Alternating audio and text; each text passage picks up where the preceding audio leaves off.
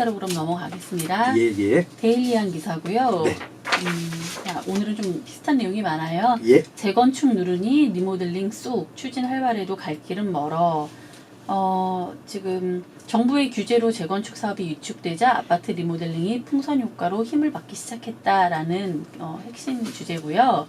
재건축을 규제하면 리모델링이 대안이 될까요? 재건축의 어떤 대안으로 리모델링 적합할까요? 제가 이제 이렇게 봐주시면 좋을 것 같아요. 이런 기사들이 자꾸 나오는 이유 중에 하나가 네. 시장에서는 새 아파트를 필요로 하고 있다라는 것들이고요. 근데 정부는 이제 가격을 규제하는 정책으로 일관되게 이렇게 가다 보니까 이게 이제 신규 공급으로는 신도시를 선택했고, 그다음에 그 신도시로 그 사람들을 좀 글로 좀 유도하기 위해서 서울은 계속 신규 아파트를 공급 안 하려고 하는 모습들인 것 같아요. 그러니까 그런 것들에 대해서 결국은 시장에서는 재건축을 규제하게 되면은 그럼 리모델링이라도 하려고 할 것이다. 왜냐하면 리모델링 같은 경우는요 15년 차부터 할 수 있거든요. 그러니까 지금 우리가 기존 아파트라고 하는 것들도 가능하기 때문에 그렇습니다. 그러니까 단적인 예고는 뭐냐면은 지금 반포주공 그 아크로리버 파크 바로 앞에 남쪽으로, 그리고 이제 지금 원베일리 지금 철거하는 쪽이 있어요. 그 앞에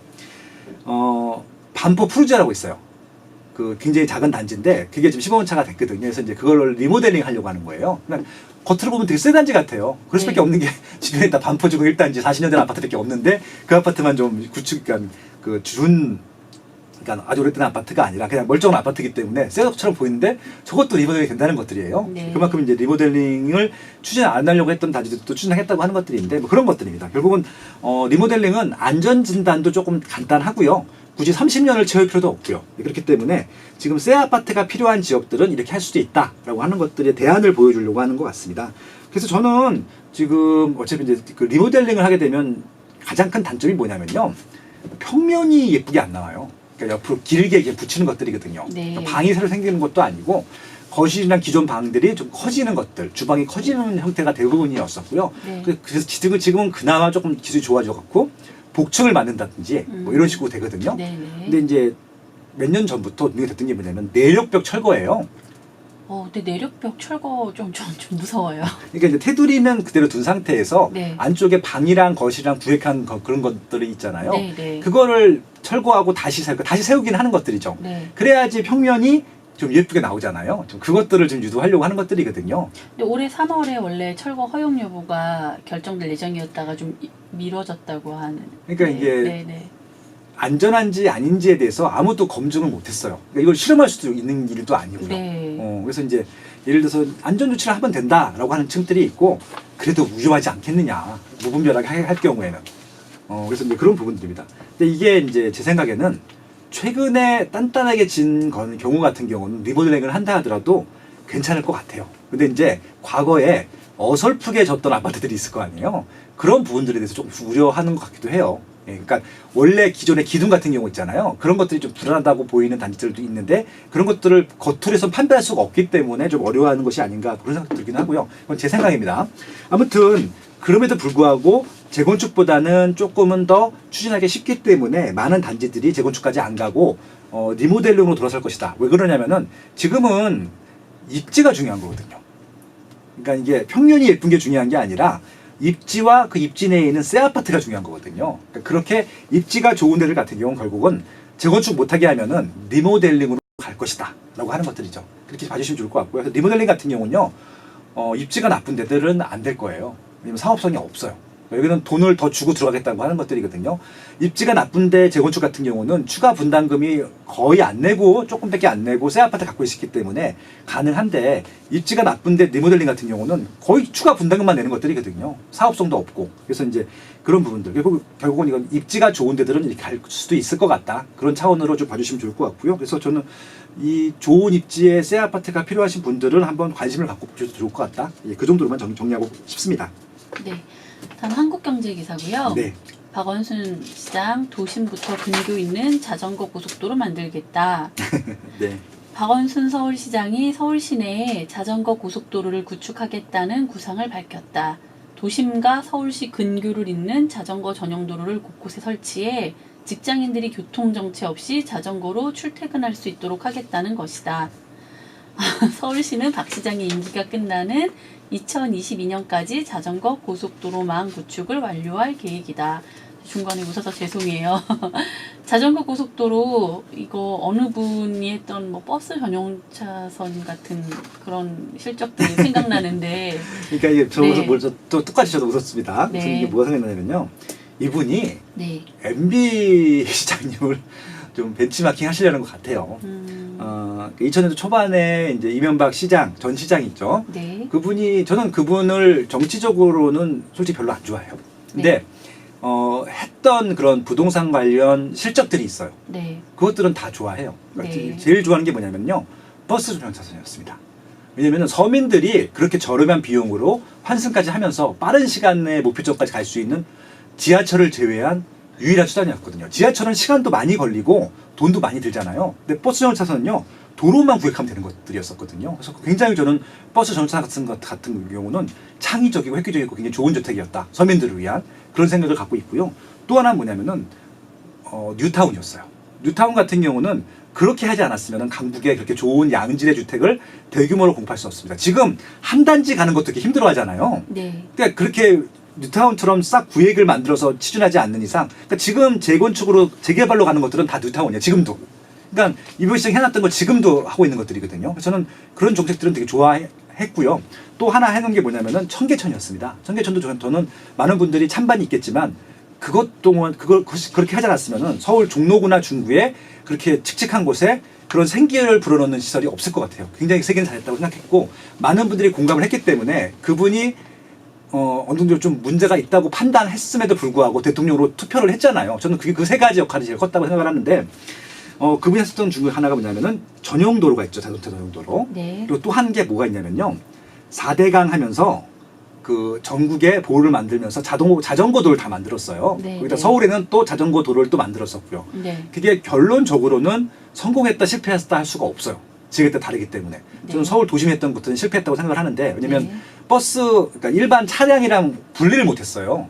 그거 어떨 땐 무서워요. 네, 그러니까 이게 너무 단기간에 만들다 보니까 그랬거든요. 그래서 이제 네. 그걸 보완해서 박원순 시장 같은 경우는 자전거 전용 도를 만들겠다고 하는 겁니다. 네. 근데 이렇게 하게 되면요. 기존 자동차가 다니는 길들을 줄일 수밖에 없어요. 인도를 줄이진 않겠죠. 예, 인도는 설마? 줄일 수가 없죠. 네. 지금 인도는 충분히 좁기 때문에 더 네. 줄일 수 없고요. 네. 아니면은 버스 전용 차선 위에다가 이중으로 2층을 만들겠다고 하는 것들입니다. 그런 네. 식으로. 네. 이건 지금은 이제 한강 북쪽과 남쪽을 연결하는 다리에 또 그런 것들을 만들다고 보시면 될 것 같고요. 그게 네. 어떤 것들이냐면은 지금 반포대교 가보시면 있는데 잠수교가 있습니다. 네. 잠수교에 가보시면은 자전거 도로가 돼 있습니다. 네, 네. 그렇게 한다는 말씀이거든요. 그래서 이제 그렇게 만드는 시도는 좋죠. 의도는 좋은데 이것들로 출퇴근을 할 수 있다? 이건 아니에요. 저도 살짝 네. 갸우뚱하게 되네요. 네. 왜냐하면은 네. 이거 할 수 있는 지역들은 많지 않아요. 일단 온도가 좀 일정하고 날씨가 네. 조금 일정해야 돼요. 하와이 같은 경우는 돼요. 근데 한국은요 겨울에 어떻게 할 거예요? 여름에 어떻게 할 거예요? 네. 눈 오면 어떻게 할 거예요? 비 오면 어떻게 할 거예요? 태풍 불면 어떻게 할 거예요? 바람이 없어요. 그러니까 물론 이렇게 튜브식으로 해서 그렇게 만들 수 있다라고 하는데 시간 많이 걸리지 않을까요? 그리고 돈 많이 들지 않을까요?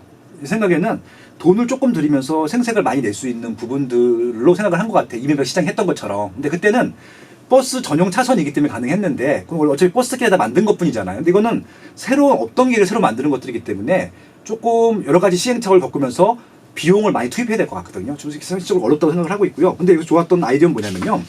여기 보면은 서울식물원, 가양대교, 여의도대교, 마포, 월드컵대교, 하늘공원, 노을공원, 원효대교, 용산가족공원. 근데 원효대교와 용산가족공원이 아니라 이건 동작대교 같은 오타난 것 같습니다. 네. 그리고 압구정동하고 그 영동대교도 뭐 서울숲까지, 네. 성수동까지. 그리고 올림픽공원, 올림픽대교, 어린이공원. 그러니까 네. 강북을 연결하는 이 도로는 관광화하겠다는 거예요. 네. 관광 자전거.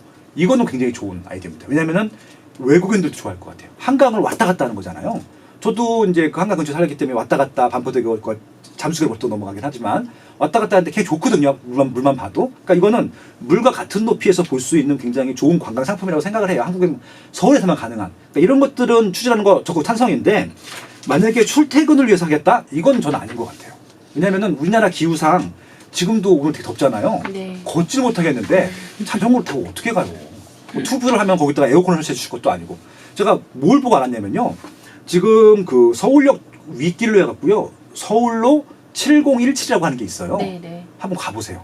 걸어갈 수 있나? 여름에 아무도 안 걸어간단 말이에요. 낮은 힘들죠. 예, 겨울에 한번 가보세요. 아무도 안 걸어가요. 근데 그거랑 다를 게 없잖아요. 그죠? 사람이 걸어가게 해는 사람들이 안 다니는데 밤에만 다니는 거잖아요. 그러니까 자전거도 크게 다르지 않을 거라고 생각을 하고 있거든요. 그래서 이것들은 단순히 선거 공약 때문에 하시는 것이 아니라 실질적으로 이걸 함으로써 사람들이 좋아하고 청계천처럼 그다음에 관광 상품을 할 수 있는 것들 같은 경우 추진이 되는데 그냥 이게 그 이상이랑 실제 구현 가능한 거랑 매칭 안 해보시고 그냥 발표하시는 것들은 아니라고 생각을 해요. 그러니까 이거는 어느 정도 우리가 진짜 구체적으로 실현할 수 있는 것들 위주로 하시면은 적극 찬성이다. 그런 말씀 드려보고 싶습니다. 근데 아이디어는 좋아요. 네. 자, 헤럴드 경제 기사고요. 네. 서초 재건축발 이주 수요의 전세 품귀. 내용은 뭐 전세가가 4주 연속 상승세 이어가 인근 동작까지 연쇄 상승 움직임. 네. 재건축 이주 수요 때문에 주변 전세가가 오른다는 기사 내용입니다. 네. 네. 어떻게 보세요? 그러니까 요거는 이제 이 뭐 시세가 오르고 내리고의 문제가 아니라 네. 요거 재건축을 할 경우에 주변에 어떤 현상들이 생기는지를 유추해 보시라는 말씀으로 좀 이 기사를 준비한 것 같은데요. 네. 일단은 지금 재건축 같은 경우는 이주를 해야 돼요. 그렇죠? 보통 재개발을 할 경우에는 이주를 하긴 하는데 재개발 같은 경우는 그 보통 이제 그 주변에 유사한 주택들이 많잖아요. 근데 이제 왜냐면 이제 단독 다세대 빌라니까 찾아갈 수가 있는데 재건축 같은 경우는 아파트 하시던 분들이기 때문에 단독 다세대 빌라로 안 가시거든요. 보통 이제 아파트에서 아파트로 많이 가십니다. 근데 이제 주변에 아파트가 없는 경우에는 어떤 선택을 할 것이냐 이거죠. 그래서 기존에 이제 서초구에 아파트가 많으면 아파트로 갈 것이고요. 근데 이제 기존에 살던 분들이 그 아파트를 포기하지 않는 이상 그 아파트 시세는 올라갈 거예요. 매매든 전세든. 그렇죠. 그게 하나가 있고요. 이분들이 지금 서초구지만 이 서초구를 떠나서 어디까지 갈 수 있는지도 볼 수 있어요. 옆에 가면 동작구, 관악구입니다. 근데 대부분 동작구까지는 가시는데 관악구까지 또 안 가세요. 좀 멀죠. 그러니까 저쪽에 어디요? 예술의 전당. 네. 서초동 같은 경우는 붙어 있어요. 네. 사당동 거기가 세 개 블록이 있으니까. 네. 그러니까 생각보다 2호선 라인이기도 하거든요. 보통 네. 전철역 라인으로 가시거든요. 그러니까 7호선 라인으로 가시거나 2호선 라인으로 가시게 되면은 동작구 아니면 관악구. 더 많이 가시는 분들은 뭐 구로구, 금천구까지도 가시고요. 또 많이 가시는 분들은 광명, 그다음에 뭐 부천 거기까지요? 갑니다. 네. 그러니까 예전에 그 개포주공 할 때요. 네. 그렇게 가셨었어요. 심지어는 저기 부평구까지도 가셨단 말이에요. 근데 그 이유가 그때는 전세가가 쌌거든요. 네. 그러니까 1억밖에 안 되기 때문에 1억으로 중묘의 강남구나 서초를 갈 수가 없었기 때문에 그렇죠. 그냥 쭉 가시는 거예요. 네. 직장이 이제 강남에 있으심에도 불구하고. 이것도 마찬가지인데, 그러니까 이게 기존의 아파트가 대형이었는지 소형이었는지 따라 다르다는 말씀을 드리신 것들이고요.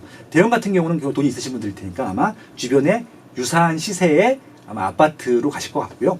그다음에 조금 이게 좀 규모가 작거나 기존에 월세나 전세가 쌌던 분들 같은 경우는 좀 멀리 가실 수 있는데 그럼에도 불구하고 이 서초구라고 하는 것들이 왜 중요하냐면요. 다른 구는 굉장히 많이 광역해서 갑니다. 근데 강남구랑 서초구는요. 멀리 못 가요. 학군 때문에 그렇습니다. 그렇죠. 그리고 또 하나는 네. 직장 때문에 그렇습니다. 다니고 있는 학교를 전학 가는 게 쉬운 일은 아니죠. 예, 그러니까 네. 결국은 강남구의 출퇴근이 빨리 해야 되시는 분들하고 강남구나 서초구 쪽으로 학군을 유지하셔야 되는 분들 같은 경우 못 가거든요. 그렇게 되면은 비싼 돈을 주고서라도 그 주변 지역에 거주를 해야 돼요. 그래서 그런 부분들 때문에 그렇습니다. 그래서 결국은 지금 이제 대규모 이런 이주 물량이 있을 때는 주변 지역에서 아파트 갖고 계신 분들은 준비를 하셔야 될 것 같고요. 그리고 이제 그 이사 가실 분들도 전세금이 어느 정도인지 어느 정도 올라갈 것도 예상하시면서 준비하시길 좀 바라는 차원으로 좀 소개를 하는 것들인데요. 지금 제일 많이 이주를 할 곳이 올 10월 달부터 이주를 하는데 반포주공 1단지 1, 2, 4주구입니다. 한 2,300세대가 이주를 해야 되고요. 그리고 또 이제 그 신반포 13차 또 이건 좀 규모가 작기 때문에 그런데 여기도 이주를 준비해야 될 것 같고요. 그리고 네. 이제 서초동에 보면 신동 아파트 있습니다. 네. 이것도 거의 한 900세대, 1000세대 가까이가 이주를 해야 되기 때문에 이런 부분들. 그리고 좀 잠원동에 있는 것들은 거의 몇천 세대가 아마 내년 중으로 다 이주를 해야 돼요. 그러니까 이런 부분들 굉장히 큰 거거든요. 거의 10,000세대 가까운 단지들이 이주를 해야 되기 때문에 주변 최소한 임대 가격에 영향을 줄 수 있어요. 그래서 만약에 다행히 신규 아파트 입주가 있으면 그걸로 유도할 수 있는데 없다고 하면 가격이 분명히 올라갑니다. 이거는 대세 하락장이라도 올라갈 수밖에 없어요. 예. 강남이기 때문에 그렇고 서초구 때문에 그렇습니다. 그래서 그런 부분들을 좀 준비하시면 좋을 것 같다라고 하는 것들입니다. 그래서 작년에 헬리오시티가 9,500세대가 입주함에도 불구하고 아무 문제가 없었던 이유 중에 하나가 뭐냐면요. 미송 크로바 진주 아파트가 이 주소가 다 글로 갔어요. 네. 그래서 그냥 그냥 3달 만에 끝났잖아요. 그런 부분들입니다. 결국은 주변에 받아줄 새 아파트가 없으면은 분명히 문제가 될 수 있기 때문에 이런 부분들은 혹시 이사를 준비하실 분들이나 혹시 이제 이런 상황들이 올 다른 지역에서도 이런 것들은 미리 염두에 두셔라. 예, 그런 차원으로 한번 이 기사를 봐주시면 좋을 것 같습니다. 네, 잘 알겠습니다. 마지막 기사고요. 네. KB 부동산 리포트에서 한번 올라왔어요. 네네. 제목이 너무 재밌습니다. 강남 비켜라 신흥 부촌으로 떠오른 성수동. 성동구 성수동 저 한번 가봤는데 너무 매력적이더라고요. 네네. 네, 이렇게 지금 변화되고 있는 성수동 부동산 시세에도 영향이 있겠죠, 아무래도. 그렇죠. 네. 일단 많이 올랐고요. 네. 일단 성동구, 성수동 같은 경우는 길 건너가 압구정동, 청담동이에요. 네, 그래서 강남에서도 제일 좋은 입지이기 때문에 그 혜택을 고스란히 보고 있다고 생각을 하고 있고요. 저는 이런 기사가 되게 좋아요. 그러니까 이 지역을 집중적으로 다 분석하잖아요. 심지어는 다른 지역과 비교하면서 분석을 할 수 있기 때문에 한번 소개를 해드리고 싶었는데 네, 이걸 보면서 재밌었던 것은 오해의 소지가 있구나. 인사이트를 갖고 봐야겠구나. 그런 부분들을 좀 느꼈습니다. 네, 일단은 여기 자산가들이 몰려드는 건 맞아요. 워낙 단가가 높습니다. 성수동에서 아마 가장 유명한 아파트가 갤러리 아포레예요. 김수현 배우가 예. 네, 살고 있고요. 네. 그래서 김수현 그 연예인을 제일 정말 좋아하는 중국 부호가 네, 김수현 그 분의 옆집에 계신 분한테 컨택을 해서 네, 5억을 더 주겠다 시세보다. 와, 예. 네, 그래서 자기들 팔아라. 근데 안 팔았어요. 근데 여기서 이렇게 사시는 분들이 돈이 아쉬운 분들이 아닐 거 아니에요. 네. 돈이 좋으실 듯 하더라도 그만큼 여기는 자산가들이 살고 있다. 네, 예, 라는 말씀을 드리고 싶은 겁니다. 그래서 지금 요 분석 자료에 비하면은 지금 성수동 갤러리아 포레가 제일 비싼 것처럼 나왔어요. 네, 예, 근데 제일 싸요. 그러니까 이게 좀 오해 소지가 있어. 이런 것들을 좀 보시라는 말씀을 드리고 싶은 겁니다. 그러니까 면적은 무시하고 그냥 그렇죠. 네, 그게 전체를 비교하면 안 돼요. 아파트 같은 경우는 무조건 평당으로 비교해야 되고요. 네, 지금 요 기사에 보면 어떻게 돼 있냐면요. 성수동 갤러리아 포레가 57억 원. 네, 그다음에 도곡동에 있는 상치 리치빌 카이룸이 49억. 그다음에 네. 반포동 아크로르파크가 41억. 그다음에 삼성동 아이파크가 36억 원 이렇게 됐기 때문에 제일 갤러리아 프로가 비싸고 삼성동 아이파크가 제일 싼 것처럼 나오는데요. 네. 요 4개 단지 갤러리아 폴의 상치, 리치빌, 카이룸, 아크로르파크, 아이파크 중에서 평당 가격 했을 때 제일 비싼 게 어떤 걸까요? 삼성동 아닙니까? 아닙니다. 아닌가요? 네, 그러니까 여기는 지금 일부 세대 갖고만 한 거예요. 아, 네. 평균적으로 보면요, 네. 아크로르파크가 제일 비싸요. 아, 대한민국 최고가입니다. 서초동이네요. 네네. 아니, 서초구가 서초구 반포동이죠. 네, 강남구가 아니군요. 그 다음에 비싼 게 삼성동 아이파크입니다. 네, 네. 삼성동 아이파크는 원래 최고가 아파트였어요. 네. 반포동이 뜨기 전까지는. 네, 그다음에 비싼 데가 상지, 리치빌, 카이룸이에요. 그러니까 지금 아크로르파크 같은 경우는 평균으로 잡아도 평당 8천이 넘고요. 네. 삼성동 아이파크는 한 평당 7천. 네. 그다음에 상지, 리치빌, 카이룸 같은 경우는 평당 6천 정도 되고요. 네. 갤러리아 포에는 57억 원에 거래됐다 하더라도 평당 네. 5천밖에 안 내요. 네. 5천 5천 밖에? 네, 죄송합니다. 네. 예, 아무튼 제일 싼 지역이라는 말씀을 드리고 싶은 네. 것들이고요. 그러니까 총액이 중요한 게 아니라 네. 평당 가격이 따지게 되면 좀 좋겠다는 말씀을 드려봅니다. 이것들은 본인만의 인사이트가 있어야 구분하실 수 있는 것들이고요. 네. 그리고 가격으로 따졌을 때 현재 평당 가격으로 대장은 갤러리아 포레가 아니에요.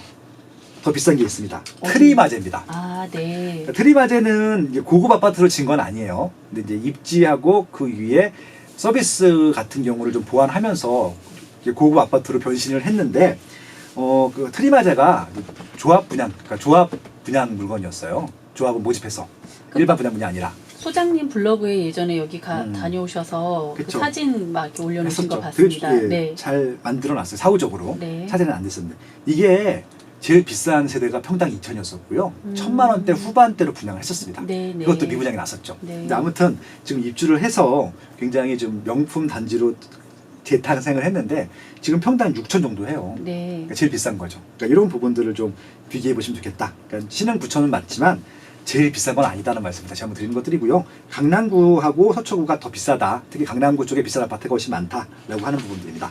그리고 도곡동에는 상치 리치빌이 없고요. 상지 죄송합니다. 리치빌이요. 상지 리치빌은 없고요. 네. 상지 리치빌이 브랜드인데 고급 빌라예요. 고급 네. 브랜드 고급 아파트인데 이쪽에 강남구에는 대치동에 있고 청담동에 있습니다. 그러니까 네. 이거 아마 좀 도곡동은 잘못 쓰신 것 같아요. 대치동을. 아, 예, 그렇습니다. 네. 그런 것도 좀 봐주셨으면 좋겠고요. 성수동이 이제 그러니까 주목하셔야 볼 부분이 뭐냐면요. 과거에는 여기가 혐오 지역이었어요. 선호 지역이 아니었습니다. 근데 그게 서울숲 개발하면서 이제 선호적으로 바뀌었는데 단순히 서울숲만 들어간 것이기 때문에 그런 게 아니라 과거에는 여기는 공장이 많았었어요. 네. 공장이 이제 그런 이제 어떻게 보면 딱 없어지고 거기에 아파트형 공장, 지금은 이제 지식산업베리라고 하는데 지식산업센터 이런 것들이 생기면서 오피스텔이 들어오면서 굉장히 좀 양질의 직장들이 많이 들어왔단 말이에요. 그래서 이제 엔터테인먼트 사도 들어오고 뭐 기타 등등 여러 가지 시설들이 들어오다 보니까 네 그런 부분들 그래서 이제 그렇게 반영이 된 것들 때문에 직장도 좋아지고 교통도 좋아지고 좋은 시설 주거시설도 들어오고 상업시설도 개발되다 보니까 이제 그렇게 들어온 것들이죠. 그래서 아마 성수동은 지금도 아직 ING 중이에요. 조금 더 좋아질 것으로 예상되고요. 그리고 아마 강남구 쪽이 또 개발이 되게 되면 여기도 그 혜택을 고소들이 받을 거거든요. 그런 부분들을 가지고 한번 성수동을 지켜보신다고 하면은 굉장히 좀 재밌는 것이 많고요. 지금 집값이 많이 올랐는데 제가 다시 말씀드리지만 집값이 많이 올랐다고 더 안 올라가는 게 아니에요. 보통 많이 오른 지역들이 향후에도 더 올라갈 가능성이 높다. 그런 차원으로 한번 성수동을 봐주시면 좋을 것 같고요. 지금 성수동 같은 경우는 지금 그 2000년도에 아파트가 평당 500만 원밖에 안 했었어요. 네. 그러니까 지금 강북구 쪽, 강북쪽에 있는 지역들이 대부분 다 이 정도였었거든요. 용산구를 제외하게 되면은 강북 쪽은 다 쌌습니다. 마포구도 워낙 쌌고요. 은평구도 말할 것도 없고 성동구도 쌌습니다. 그러니까 용산구가 제일 비쌌고 그다음 비싼 데가 광진구였었는데 지금 마포구랑 성동구가 뜨면서 2010년도 10년 후에 평당 1,800이 넘었고 지금은 3,500이 넘어요. 그러니까 거의 준 강남급으로 성장을 했다. 그렇게 좀 봐주시면 좋을 것 같고요. 그래서 그렇게 급속도로 성장하고 있다는 말씀을 드려보고 싶고요. 지금 호재가 남은 게 서울숲으로 확장하는 문제가 또 하나 남았고요. 그다음에 3표 레미콘 공장, 제가 설명했지만 네. 그것들이 또 공장이 또 됩니다. 그리고 또 하나 남은 게 공장이 되는 게 아니라 죄송합니다. 네, 공원이 네. 됩니다. 네, 확장되고요. 네. 또 하나 남은 것들이 아까 제일 비싸다고 하는 트리마제 옆에 1지구, 2지구, 3지구, 4지구 성수 전략 정비구역이 있습니다. 이것들이 순차적으로 개발될 거고 이 강변북로의 뚜껑을 덮어요. 그럼 한강 고수부지까지 걸어서 넘어갈 수 있는 그런 또 이 한강을 즐길 수 있는 몇 안대를 있기 때문에 성수동의 변신은 앞으로도 향후 한 10년 동안은 계속 지켜보셔도 좋을 것 같다. 그런 말씀 드려보고 싶네요.